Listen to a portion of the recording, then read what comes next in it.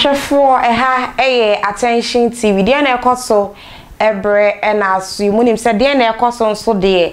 eba no social media nsem a etwagu entertainment dey ene dey fa oman yiye yo ho nsem dey na se yensa kan ye dey ba ebesomo ewoso University Foundation na face Natis Cosmetics and Boutique Adaroma na ebomechidom emene so me dey eba besomo Rahel Obapa eni midi na meka wo se o hwe ewo YouTube attention TV na wa subscribe na wa share de amaye sanso ena ebia na wo de Facebook ena wo hwe yan na wa invite afoforo amomo follow ye na wa like huja commenter ye be kinkan de ama metwam husima me ba ye be bo e de ra ene den na ekoso ensem ni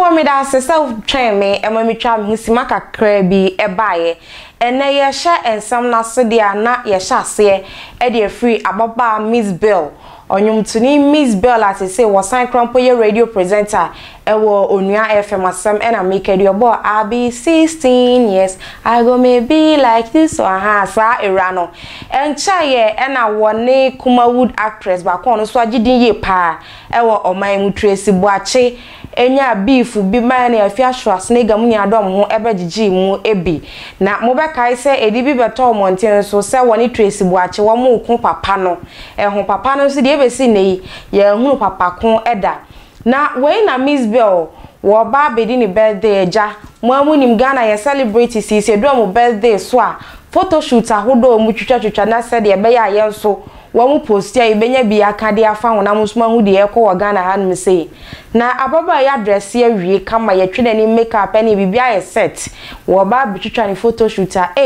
MIZBEL ne humi a ensisui ni amani nsuo wasimungu me huni ye hudi ho ni nyina mu no wantimi ma ne beda afom nyina na no na wo kire mu se efiti se saa ensem na eba woni Tracy Boache entem efa papa no ho no efiri saa da ne besi nne ahotode wonya bida no de wogidi yie pa se eba ne honhum nsem a ewo ho bi pa de na kwa koja honhum bi se honhum bone no enini ni anka afide kwa mo pese wo mo tini firi okura se de be 2022 won hunu bi na momia nkohwe ni video post edit to Instagram any afi captions a wo ma ye no bi embra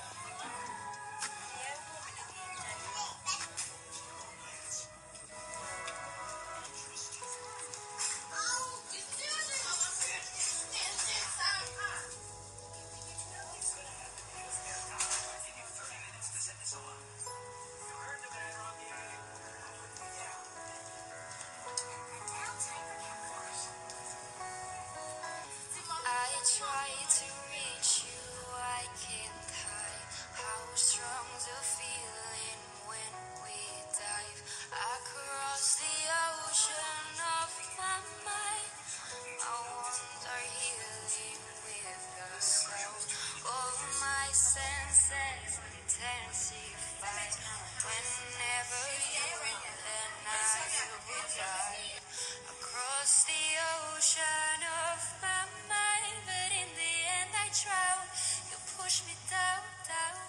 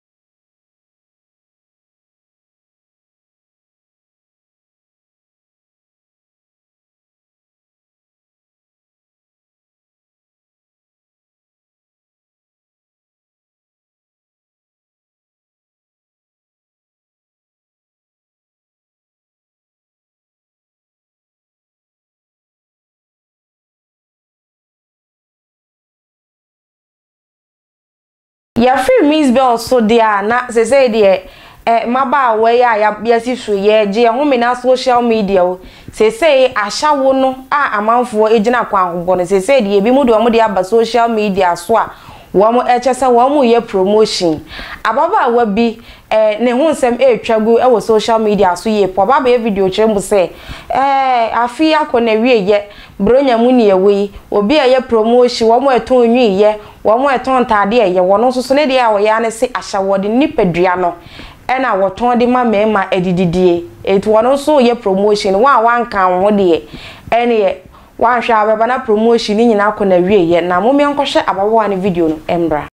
So, good afternoon. I'm finally launching my prostitution line, which is I'm not doing a shower now. So I have this offer since I'm starting new rebranding. I'm doing promo. The promo is like this: you fuck me 2 nights, then you fuck me 2 nights, then 1 night free. Which is you pay me for 2-day break. You fuck me today, you pay me. You fuck me tomorrow, you pay me. Then the next day you fuck me free. Oshobamba limited offer. I did rush me now. Rush me now. You know that I know the rich guy because I get breasts. Again, and chaye and a funny face and so ne hon sam ebeto mountain so bia mane ko pie mu court kasete etiampani fu bi ko pie mu court a court share say yemfa no enko psychiatric hospital wakwa akọja yarehwe say de na yegidi se bibia ye kama funny face aba fie bronya ide ye nenoa ene yedie na waye video bi de abeto ne Instagram page a enwuma wo gbo no ene asa wo die chese first no no abodam wakọ abodam for school a graduate na wada so a ebodam mumie kwhwa sa video ye kwhwa ba wa wo hwe no se wo so ultimate trans na se funny face say de a doctor for ni say koyie ne koyie ampa de esa se video ni mu de enkoyie ma me na so ye nkohwe mbra.